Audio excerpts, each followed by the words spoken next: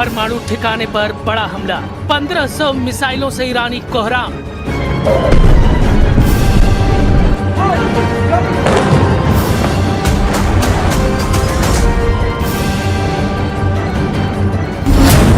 तीसरे दिन में ईरान युद्ध अब ऐसे दौर में पहुंच चुका है जहां ईरान अब मरने और मारने पर पूरी तरह से उतारू हो चुका है।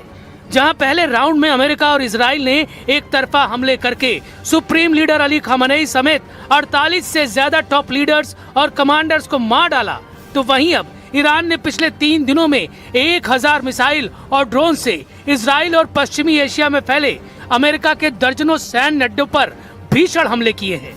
हालात ये हो गए हैं कि राष्ट्रपति ट्रंप भी ये मानने को मजबूर हो गए हैं कि युद्ध 2 हफ्ते से ज्यादा चल सकता है। खबर तो यहाँ तक है कि बौखलाए अमेरिका और इजराइल ने ईरान के परमाणु ठिकाने नतांज पर भीषण हमला किया है, जिससे रेडिएशन का खतरा पैदा हो गया। दावा तो यहाँ तक किया गया है कि ईरान ने अपनी खैबर शेकेन और फत्ताह 2 जैसी घातक मिसाइलों से हमले कर दिए हैं। इजराइल की राजधानी तेल अवीव में 40 से ज्यादा इमारतों को ईरान ने अपने मिसाइल और ड्रोन हमलों से उड़ा दिया। यरूशलेम ने भी ईरान के तूफानी हमलों से भारी तबाही हुई है। अब तक युद्ध में अमेरिका के कई जेट गिर चुके हैं। कुवैत के रक्षा मंत्रालय का यहाँ तक दावा है कि अमेरिका के कई जेट गिरे हैं। हालांकि कुवैत ने संख्या नहीं बताई है।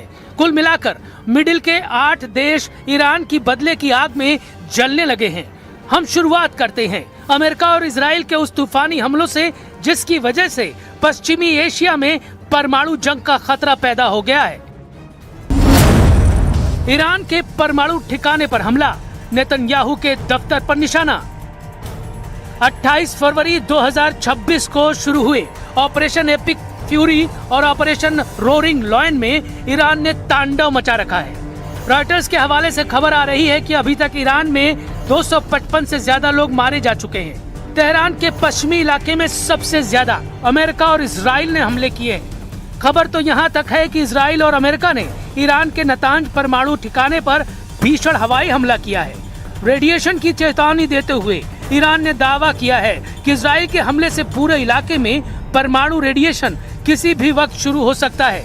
पिछले 72 घंटे में दोनों तरफ से हजारों मिसाइल, बम और ड्रोन एक दूसरे पर दागे जा चुके हैं। जरा ये आंकड़े देखिए। पिछले 72 घंटों में अमेरिका और इजराइल ने ईरान के भीतर 2500 से अधिक ठिकानों पर बमबारी की है। पहले 24 घंटों की रिपोर्टों के अनुसार केवल पहले दिन अमेरिका ने 900 और इजराइल ने लगभग 1200 हवाई हमले किए हैं। ईरान के तेहरान, इस्फहान, कोम, करज और किरमानशाह जैसे प्रमुख शहरों को निशाना बनाया गया है। इजराइल के 200 से अधिक लड़ाकू विमानों, जिसमें F-35 और F-15 ने सैकड़ों टन सटीक हथियार और लगभग 500 से अधिक बड़ी मिसाइलें दागी हैं। अमेरिकी युद्धपोतों और पनडुब्बियों ने 1000 से अधिक टोमाहॉक क्रूज मिसाइलें दागी हैं। अमेरिका ने अपने B-2 स्टील्थ बॉम्बर से 14 GBU-57 बम गिराए। ये दुनिया के सबसे बड़े बम हैं जो जमीन के नीचे गहराई में बनी परमाणु सुविधाओं जैसे फोर्डो और नतांज को तबाह करने के लिए उपयोग किए गए हैं। दावा तो यहाँ तक किया गया है कि ईरान के परमाणु ठिकाने नतांज पर अमेरिका के हमलों से भारी नुकसान हुआ है। Trump has all the latitude in the world to talk about how long it may or may not take. 4 weeks, 2 weeks, 6 weeks. It could move up, it could move back. We're going to execute at his command the objectives we've set out to achieve. And what he has shown an ability to do that other presidents can't quite seem to have the aperture to do, well, I mean, Joe Biden didn't even know what he was doing, is to look for opportunities and off-ramps and escalations for the United States that creates new opportunities to execute what we need on our own time. Iran का तूफानी पलटवार, खौफ में Trump, 4 हफ्ते चलेगा युद्ध। दूसरी तरफ ईरान ने भी इजराइल और अमेरिका के सैन्य अड्डों पर तूफानी हमले किए हैं। कतर, बहरीन, कुवैत, सऊदी अरब, UAE, साइप्रस और तुर्की में आज ईरान ने इतने तूफानी हमले किए हैं जिन्हें देखकर राष्ट्रपति ट्रंप बुरी तरह से बौखला गए हैं। ट्रंप ने माना कि ये जंग 2 हफ्ते से लेकर 4 हफ्ते तक चल सकती है। हैरानी की बात तो ये है कि जिस ईरान को पहले राउंड के हमलों में हराने का दावा कर रहे थे, वो अब लंबे युद्ध का अनुमान लगाने लगे हैं।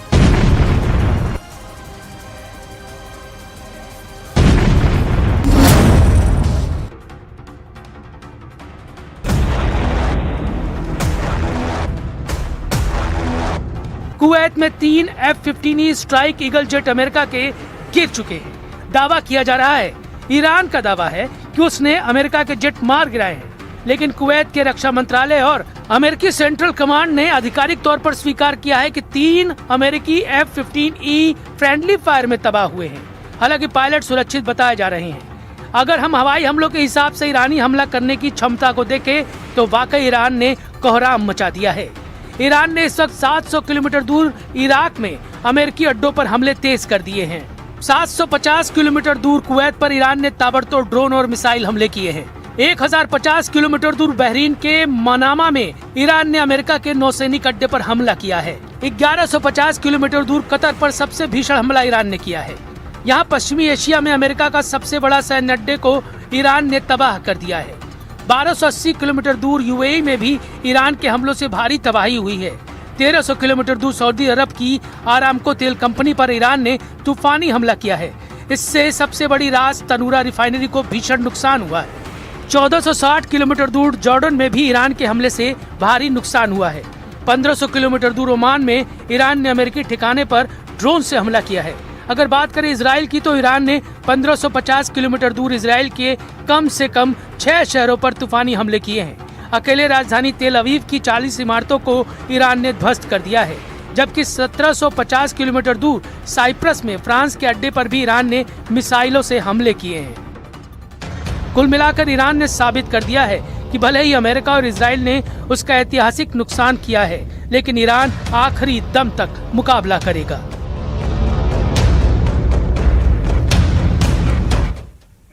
और ईरान के मिसाइल हमलों को लेकर इजराइल में हड़कंप मच गया है।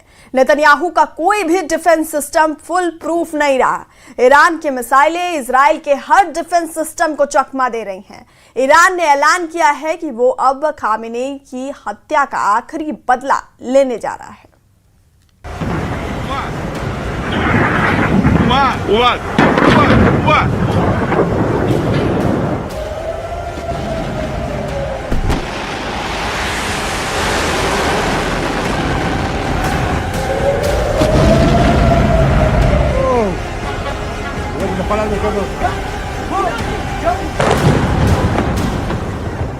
इजराइल में अगला टारगेट कौन है?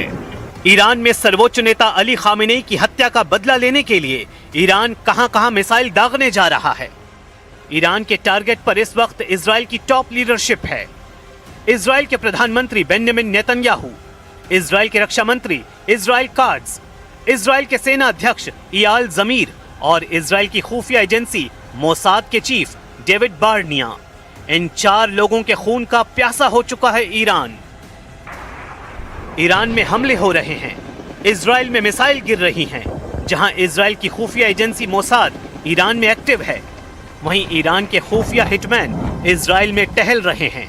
ये बात नेतन्याहू भी बहुत अच्छी तरह जानते हैं और यही वजह है कि इजराइल इस वक्त ईरान का सबसे बड़ा टारगेट बन चुका है।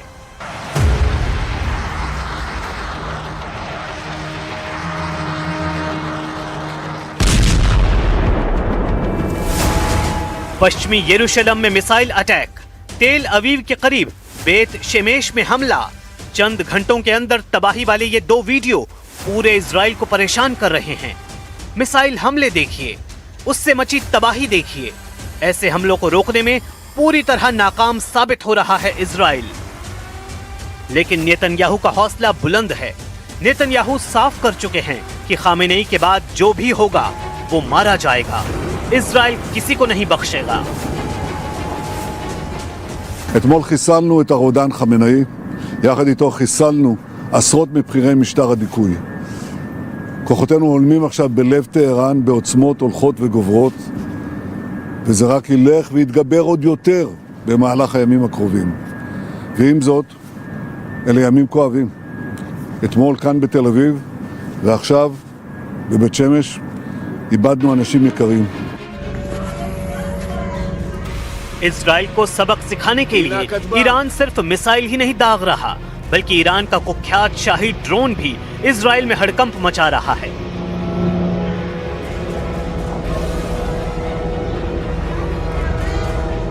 ये वीडियो उत्तरी इजराइल से आया है, जहां ईरान का शाहिद 136 ड्रोन अपनी बदनाम आवाज के साथ तेजी से उड़ रहा है। इजराइल के आसमान में शाहिद ड्रोन के पहुंचने का मतलब है इजराइल का एयर डिफेंस सिस्टम नाकाम साबित हो रहा है। ये ड्रोन 2000 किलोमीटर दूर से उड़कर इजराइल पहुंच गया और इजराइल इसे रोकने में फेल हो गया। ईरान के हमले बता रहे हैं कि उसकी मिसाइल लगातार तैयार है। ईरान पर हर हमले का मुंहतोड़ जवाब दिया जाएगा। इजराइल के शहर ऐसे ही दहलते रहेंगे, चाहे वो तेल अवीव हो, हाइफा हो या फिर कोई भी मिलिट्री अड्डा। ईरान वहां ऐसी तबाही वाले हमले करता रहेगा। ईरान और इजराइल का युद्ध हाइपरसोनिक दौर में पहुंच चुका है। ईरान की हाइपरसोनिक मिसाइलों ने इजराइल में तहलका मचा दिया है। फत्ताह जैसी मिसाइलों का इस्तेमाल तेज हो चुका है और ये इजराइल के लिए बहुत बुरी खबर है। तेल अवीव और हाइफा में हो रहे हमले ईरान की मिसाइल पावर को बार बार साबित कर रहे हैं। नेतन्याहू का मिसाइल डिफेंस या कहें कि ईरान को रोकने वाली सबसे बड़ी फौलादी दीवार अब शीशे में तब्दील हो चुकी है। इस दीवार को ईरान की मिसाइल बार बार चकनाचूर कर रही है।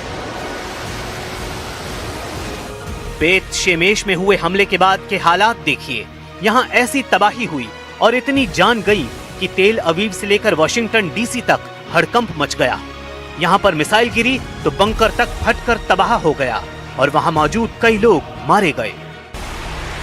इजराइल को सबसे ज्यादा दहलाने वाली फत्ताह मिसाइल नेतन्याहू के लिए बहुत बड़ी चुनौती बन चुकी है। ईरान की फत्ताह एक हाइपरसोनिक मिसाइल है जिसकी रेंज 1400 से 1500 किलोमीटर बताई जाती है। इस मिसाइल की रफ्तार मैक 15 तक है, यानी ये 18,000 किलोमीटर प्रति घंटे की रफ्तार तक पहुंच सकती है। इजराइल का मिसाइल डिफेंस हाइपरसोनिक हमलों को रोकने में नाकाम साबित हो रहा है, लेकिन नेतन्याहू इस वक्त डिफेंस से ज्यादा ऑफेंस यानी आक्रामक होने पर ध्यान दे रहे हैं।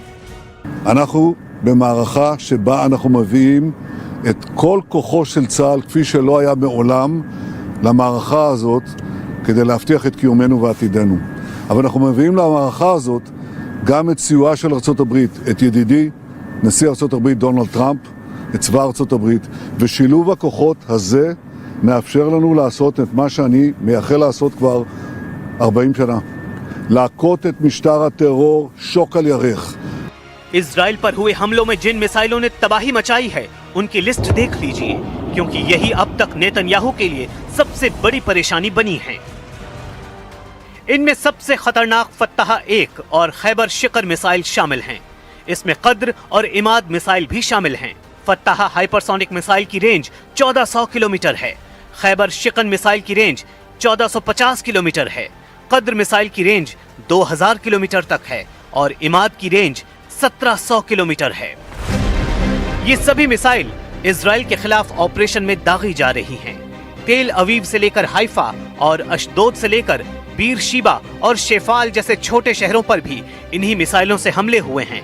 इसलिए ईरान के कमांडर जो वार्निंग दे रहे हैं उसे इजराइल बिल्कुल भी हल्के में नहीं ले सकता। ईरान के मिसाइल गोदाम लगातार एक्टिव हैं और उसके लॉन्च पैड लगातार रीलोड किए जा रहे हैं। इनमें सबसे ज्यादा खतरनाक हैं ईरान की फत्ताह मिसाइल। फत्ताह की खासियत है ये तेज रफ्तार के साथ अपनी दिशा भी बदलती है, यानी एक ट्रेजेक्टरी में हमला नहीं करती। ये पृथ्वी के वायुमंडल के अंदर और बाहर सभी दिशाओं से गुजर सकती है और जब टारगेट पर हमला करती है तो इसकी रफ्तार इतनी ज्यादा होती है कि दुश्मन का इसे देखना भी मुश्किल है। ये बात नेतन्याहू बहुत अच्छी तरह जानते हैं। ऐसे में इजराइल में अगला कहां धमाका होगा, कौन सी मिसाइल कहां गिरेगी, इसे लेकर इजराइल के मिसाइल ट्रैकिंग रेडार सिस्टम काफी प्रेशर में है। इन सबसे खास है अमेरिका का थाड मिसाइल डिफेंस सिस्टम जो पूरे इजराइल को बचाने के लिए तैनात किया गया है। थाड 200 किलोमीटर की दूरी तक दुश्मन की किसी भी मिसाइल को मार सकता है। ये 150 किलोमीटर की ऊंचाई तक किसी भी मिसाइल को इंटरसेप्ट कर सकता है। अमेरिका के पास थाड की 7 बैटरियां हैं। एक बैटरी में 6 ट्रक माउंटेड लॉन्चर होते हैं। दुश्मन की मिसाइल को रोकने के लिए थाड सिस्टम के एक लॉन्चर से एक बार में 8 मिसाइल दागी जा सकती हैं, यानी पूरी बैटरी में कुल 48 इंटरसेप्टर मिसाइल होती हैं। इसे ऑपरेट करने के लिए 95 सैनिकों की जरूरत होती है। इजराइल में ऐसे 2-2 सिस्टम तैनात रहे, लेकिन क्या ये काफी साबित हुए? बिल्कुल नहीं। हाइफा और तेल अवीव में गिरती हुई मिसाइलों ने बताया है कि ईरान एक बार में सैकड़ों मिसाइल फायर करने की ताकत रखता है और उनको रोकना ना इजराइल के बस की बात है, ना ही अमेरिका इसमें 100% कामयाब रहा है। अगले 24 घंटे इजराइल के लिए बहुत खतरनाक होने वाले हैं। अगर नेतन्याहू ईरान के लॉन्च पैड वाले अड्डों को तबाह करने में नाकाम रहे तो समझ लीजिए इजराइल और अमेरिका को लगातार बड़े बड़े झटके मिलते रहेंगे। ईरान से युद्ध को लेकर अमेरिका और इजराइल को ऐसे सिग्नल लगातार मिल रहे हैं।